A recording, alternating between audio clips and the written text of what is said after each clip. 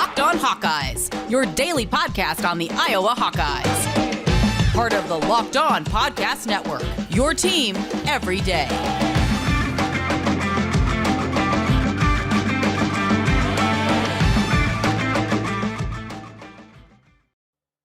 Welcome back, Hawkeye Nation, to a Monday morning episode of the Locked On Hawkeyes podcast, your daily podcast covering your Iowa Hawkeyes on the Locked On Podcast Network. As always, I am your host, Andrew Wade. We have a very exciting week for you. So we dropped our episode with LaShawn Daniels breaking down the win over Northwestern yesterday. We have 5 episodes this week, potentially even a bonus episode on top of that. So let me run through all that with you here in a second. But first, I want to thank you all for making the Locked On Hawkeyes podcast your first listen every single day. You can find this podcast wherever you get podcast at for free Monday through Friday, and also on YouTube by searching Locked On Hawkeyes. Before we get to this week's schedule, though, on today's episode, we are breaking down the analytics of the win over Northwestern, talking a little bit about the offensive line, obviously diving a bit deeper into Alex Padilla versus Spencer Petras, and we also want to talk a little bit about how the defense has truly changed without Riley Moss in the lineup, expecting to get him back this week. That could be, and that will be, a very big thing for this defense. That's what we're covering on the first part of today's show. And then we're going to be doing a preview of the men's basketball season. We've already talked a lot about men's basketball wherever we can leading up to the season. So we're doing kind of a quick preview of that team. And that kind of sparks what we're doing the rest of the week. So on tomorrow's episode, we are joined by one of the beat writer, Kyle Huseman. He's going to be joining us on the show tomorrow to talk about women's basketball and doing a full preview there. So really excited about that. We also have a crossover episode with a guy who covers the Minnesota Gophers. We'll be talking on Thursday about that. We also potentially might have Alex Padilla's quarterback coach joining the show, breaking down all the film on Alex Padilla from the All-22 Iowa versus Northwestern. And then next week, we are joined by Cody Goodwin to cover the men's wrestling program and do a preview episode there. So we're keeping you locked in and locked on for all the sports happening in the Iowa Hawkeye athletic realm. Also, field hockey, women's field hockey got the number 2 seed in the NCAA tournament. They are trying to make a run for a national title. And as those games happen, we'll make sure to keep you covered right here at Locked On Hawkeyes. So long intro. Let's get into it, though, today. Let's start with the analytics. So we talked on the show yesterday with LaShawn Daniels about Alex Padilla versus Spencer Petras. And I'll just kind of sum up what we discussed. The big thing was we appreciated the mobility, not because he was scrambling at all, not because he was running, but because it allowed Iowa to do a few things they normally couldn't do. A great example is the rollout bootleg at the end zone late in the first half, where then Alex Padilla delivered a beautiful pass to Keagan Johnson on the sideline. That is not something Spencer Petras is able to do. What we didn't talk about a lot was the fact that Alex Padilla did most of his damage from the pocket. The things I liked about Alex Padilla was that he stuck in the pocket. He did not seem rushed or anxious. He went through some of his reads. Now, granted, it seemed like the offense was pretty simplified for him in that regard. It was a lot of very quick reads, a lot of slants, screen passes, but he did make several really good throws and targeting the second and third layer of the defense, being able to drop it over a linebacker and under a safety right into the hands of some of our guys. And honestly, that could have been part of the reason why Charlie Jones might have dropped that pass. Not used to being hit right there. And his ball placement was phenomenal compared to what we've seen from Spencer Petras in the past couple weeks. Now, granted, there were obviously some opportunities that he missed. The screen pass to Tyler, I thought it was Gavin Williams, but it might have been Tyler Goodson. The screen pass there in the second half could have been hit, wasn't hit, should have been hit, I guess I could say. But overall, Alex Padilla, I thought, did a really good job. The other piece I thought he did a really good job of was knowing when he didn't have a play and just chucking it away. That was beautiful. I mean, so he had two throwaways in this game. And they were plays where there was clearly a number 1 read. That guy was not open. Get the ball out. He has a clock in his head that it doesn't feel like Spencer always does. So let's go through the stats for Alex Padilla. It's 18 of 28 for a 64.3% completion percentage, a 70.8 PFF grade. 1 big-time throw, 0 turnover-worthy plays, which is very key, and an adjusted completion percentage of 80%. If you take away the 2 drops and the 2 throwaways. Now, granted, they didn't credit Keagan Johnson for that drop in the end zone. I would argue that probably should have been a drop as well, which would have been a touchdown for Alex Padilla. And he had 2.51 seconds to time to throw. That's on average with where Spencer is as well. Now, again, there's a couple reasons for that. Alex did have a better pass blocking unit. Our pass blocking grade was 71.2, which is the second best pass blocking grade from the Iowa Hawkeye linemen outside of Kent State. Our second best grade of the year. So he did have the ability to have good pass blocking. And then Iowa, again, they had a different play set. They called the game a bit differently. Now, whether they would have called that same game with Spencer in the lineup, I can't tell you for certain, but I'm pretty sure they would not have done a rollout in the back, like near your end zone with Spencer Petras. That is a quick way to get a safety when it comes to having Spencer at quarterback. Only 8 total pressures allowed on the day. Connor Colby had a great day, a 79 PFF grade. Mason Richmond, when he was healthy, which we'll hopefully get some more information on, had an 82.6 pass blocking grade. Tyler Linderbaum, 65.1. Kyler Schott, 66.5. And Nick DeYoung, 69. Jack Plum struggled, of course. 54.4. Allowed 2 of those 8 pressures. Kyler Schott allowed 2 other of those 8 pressures. That's the quick breakdown for Alex Padilla versus Spencer Petras. Again, we're going to keep diving into this more. It is a big deal as we head towards Minnesota, towards this Minnesota game, who is going to be starting quarterback. I think you have to give Alex Padilla the shot, but I can't wait to have potentially Tim Jenkins of Jenkins Elite coming on and talking a bit more about Alex Padilla. So when we get that episode, we'll probably be dropping that as a bonus episode. So be on the lookout for that coming up very soon. Quickly getting into the defense before we talk some men's basketball. The coverage grades for the Iowa football team, I noticed this. Without Riley Moss, 60.3, 72.1, 69.3. When they had Moss in the lineup, 83.1, 78.1, 66.1, 83.1, 85.4, and 83.8. There's a clear difference with Riley Moss in the lineup. It's also worth noting that 2 of the 3 teams Iowa has faced recently do not have a good passing attack. Wisconsin and Northwestern do not have good passing attacks. Those should have been 2 of our best days we possibly have. Not the case. Thankfully, we get Riley Moss back soon. Jamari Harris has been playing well in his absence, though. Not amazing, but has been playing well. Last week, targeted 7 times, allowed 4 catches. Honestly, Matt Hankins has been the one that's kind of been struggling.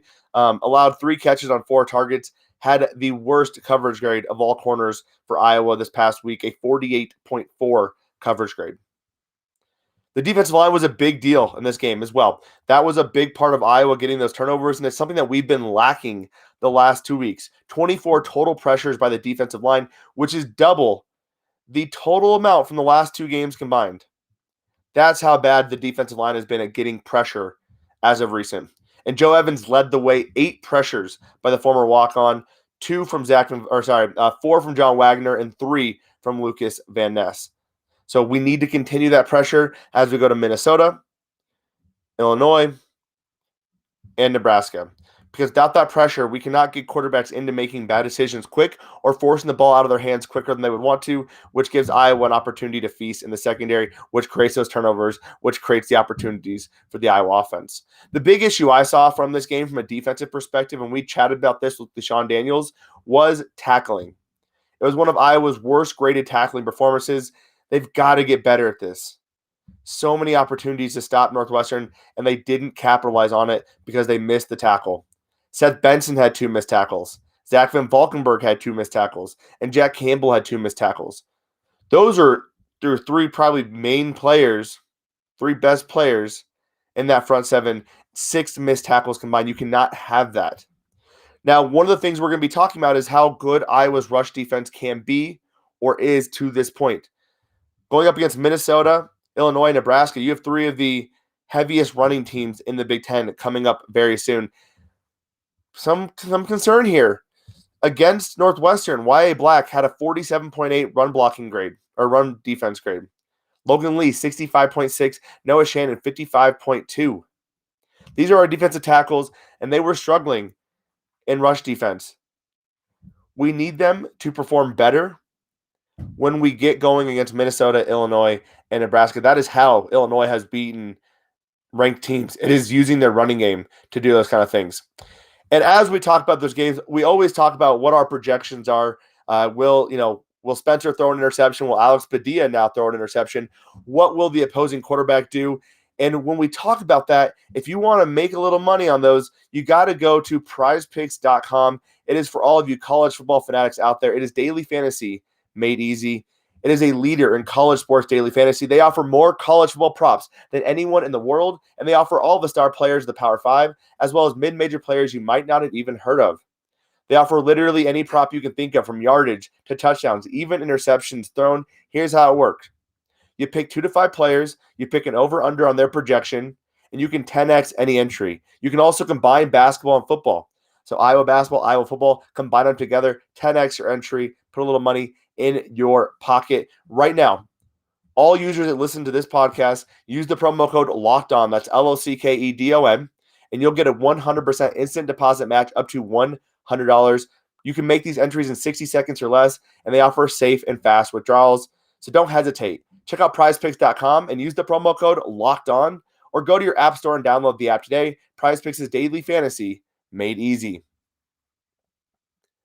And I want to thank you all for making the Locked On Hawkeyes podcast your first listen every single day. I really appreciate all of you loyal listeners out there. And for any of you that are tuning in for the first time, check us out Monday through Friday, Locked On Hawkeyes podcast, wherever you get podcasts at, and also on YouTube as well. To search Locked On Hawkeyes. And as we were talking about before we took a break, we talked a lot about the football team and diving into the analytics. Anyone who's listened to my shows before knows that this episode is usually 25 to 30 minutes of analytics. However, we got some winter sports coming up. The men's basketball team had an exhibition last week. We're going to be breaking that down a little bit, what we learned, and also what to expect from this team. So here's some of the expectations from other outlets. KenPom has Iowa 23rd overall and 7th in the Big Ten. Pretty impressive. KenPom's usually a pretty accurate source for basketball material. They have Iowa as the 10th best adjusted offense and 58th adjusted defense, which would be a significant improvement for Iowa. And that is where we've talked about Iowa and the expectations for the Hawks, and where last year Iowa should have been favored in every single game. Sometimes their offense wasn't there, and their defense wasn't able to keep them in those games.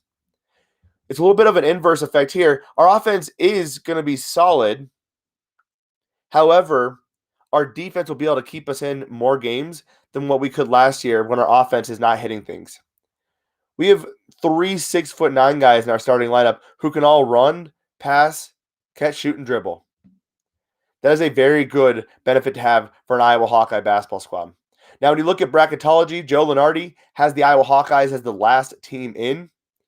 CBS has a little bit of a less positive view on the Hawks. They have Iowa as low as 11th and as high as 8th in terms of their conference rankings. But nevertheless, everyone's kind of expecting Iowa to be in that 7 to 10 range. And really just it's the unknown. You lose Luka Garza. You lose Joe Wieskamp, Jack Nunge, CJ Frederick. I mean, this is a lot of losses for an Iowa Hawkeye squad. But as I said, and not that it's addition by subtraction, I think the people that are now there, we play a different type of Iowa Hawkeye basketball. Yes, we're still going to get out and run a lot, as we saw against Slippery Rock. Iowa was running and gunning. They were ready to roll. The three-point shooting wasn't exactly there, but I think it can continue to come along. Jordan Bohannon will get going. I expect Patrick Mccaffrey and Keegan Murray to be able to hit a few more threes. Philip Bracha has that in his arsenal as well. And we saw Peyton Sanford hit several threes in that game. So we didn't have the three-point shooting against Slippery Rock. Not as big of a deal. I think this team is going to be more of a drive-to-the-basket team. It is also going to be a team that is reliant on getting out and running and putting a lot of pressure on defense. Fran McCaffrey is a very deep bench.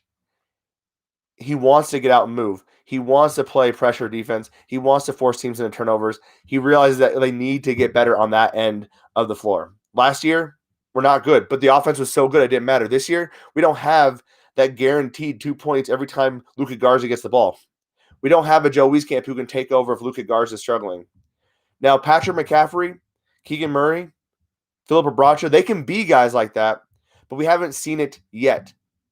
Now, I was impressed, though, by both Patrick and Keegan against Slippery Rock. Now, granted, it was an exhibition, but Keegan Murray looked different. This guy looked like he was ready to lead this team. 17 points, 5 rebounds. Last year, we didn't see him be as aggressive as much. He was really just wherever you need me, I'm going to be at. I'm going to get the boards. I'll make a couple shots. But he realized he was not the focal point of the offense, and he did not need to do those kind of things. And against Slippery Rock, it looked like he got the message from Mccaffrey. He was being aggressive. He was attacking the basket, and I love to see it. Patrick Mccaffrey also looked good. One of the big things about this year was that he has not been healthy that much. But he even talked about it. We interviewed Patrick Mccaffrey a couple months ago, and he was really excited for the season to show the energy that this team had and the ability to get out and move. And Patrick McCaffrey was probably the lead facilitator of all of that, getting a rebound and going full court. Went 7 of 9 from the field. I'm really excited what Patrick and Keagan can do. Honestly, the success of this team really lies on the success of those two guys and how much they grew from last year to this year. Patrick McCaffrey, a top 100 recruit previously. You expect big things from him, but we haven't seen it to this point yet due to injuries, also due to rotations and that kind of thing. I thought Philip Bracha looked very good as well. Really excited to see him in a full game. Did a good job passing, shooting, all that kind of stuff, and was really active on the boards. Again, this is a team that we have struggled in the past with some rebounding, and it looked like against Slippery Rock at least, this is a team that's going to be aggressive in it, getting on the boards. They're not going to make every single shot. We need to get there. We need to attack the boards. We need to get as many second chance opportunities as we possibly can. Now, the starting lineup that came out, this is the one that I was predicting most of offseason. It was Joe Toussaint, Jordan Bohannon, Patrick McCaffrey, Keegan Murray, and Philip Bracha. This is what we've been projecting. This is what we got. Some people were like, why would Conor Mccaffery not be starting? I think Fran finally realized Conor doesn't fit with that first team lineup. And honestly, what we saw at that second string unit, it is a bunch of younger guys, a lot of inexperienced guys. It's good to have a guy like Conor McCaffrey on the court to be basically an in-game coach and managing that second unit and calming those nerves and getting them playing at their best. The best skill that Conor McCaffrey had last year was getting the ball to Luka Garza in creative ways. We don't have Luka Garza, but Conor McCaffrey's skills can still translate. He's still a good facilitator. He's been working on his shot. But more importantly, he is one of the smartest guys in the court at any given time. And he can help kind of calm down that second unit that has a ton of potential, but also is going to experience road bumps throughout the season with a lot more playing time than they are used to at this point. Coming up in a few short moments, we're going to be breaking down the schedule. Some interesting thoughts here. When you look at what KenPom did, they had Iowa going 10-10 in Big Ten play, which wouldn't actually be all that bad. And their projection is 20-11. So we're going to be talking about that and which games we think Iowa can win, should win, and probably won't win. All those 3 items coming up here in a few short moments. I do want to tell you about Built Bar, the best tasting protein bar on the market today. If you haven't tried a Built Bar by now, you are absolutely missing out. I know it's a protein bar, but it does not taste like one. It's not chalky. It's not waxy. It's not hard to get down. Built Bars are soft, covered in 100% real chocolate. And when you bite into it, you know you're eating something different. It is truly delicious.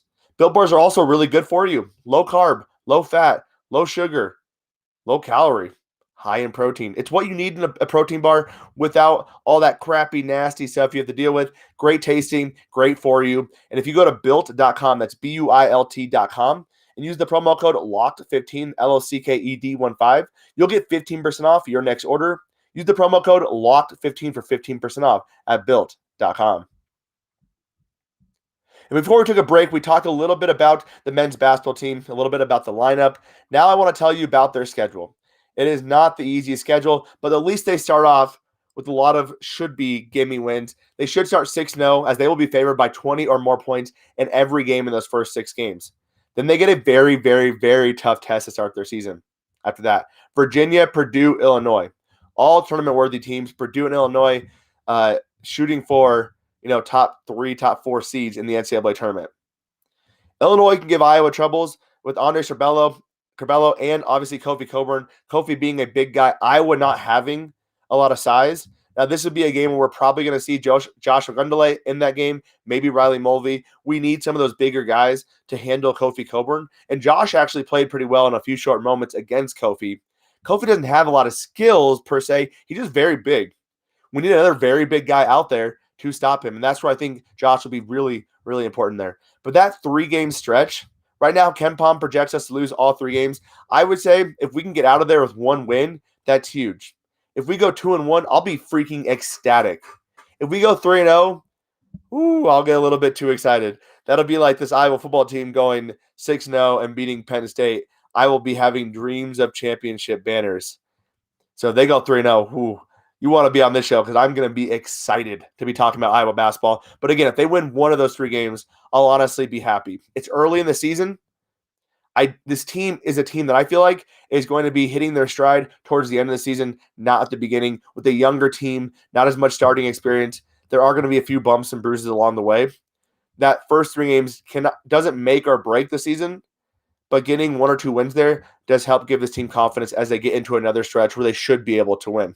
So after that, they get 4 straight games against relatively easy opponents: Iowa State, Utah State, Southeast Louisiana, and Western Illinois. Then they start the year with Big Ten play. And there's some really, really good teams in the Big Ten. Very good teams. Iowa's going to have a tough battle regardless of what game they're in if they're playing Big Ten basketball. But here's what I think their losses are going to be. I think they lose to Purdue on the road early.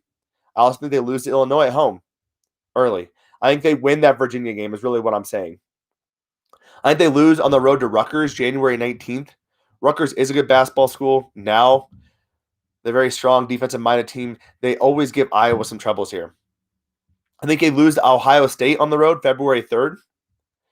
I think they lose to both Michigan on the road and at home, unfortunately. And I believe they lose to Nebraska. I know this is tough, but Nebraska at home, it's a look-ahead game. You're looking ahead to Michigan. You're also looking behind a Maryland team, and it's a tough game. It's a 3rd game in a 7-game stretch, or the 2nd game in a 7-game stretch. Not an easy place for B. Iowa, in the past couple of years, has dropped a game like this almost every single year. I think it's going to be this game. What that does mean is I'm projecting them to beat Illinois in the last game of the season on the road. I also think they will. The last weird loss is February 28th to Northwestern. I think this Iowa basketball team finishes 23-8 in this season. A little bit above what KenPom projects. I think they probably will be a 6 seed in the tournament, maybe a 5 seed, which I think would be very impressive for this team. Now, to have that happen,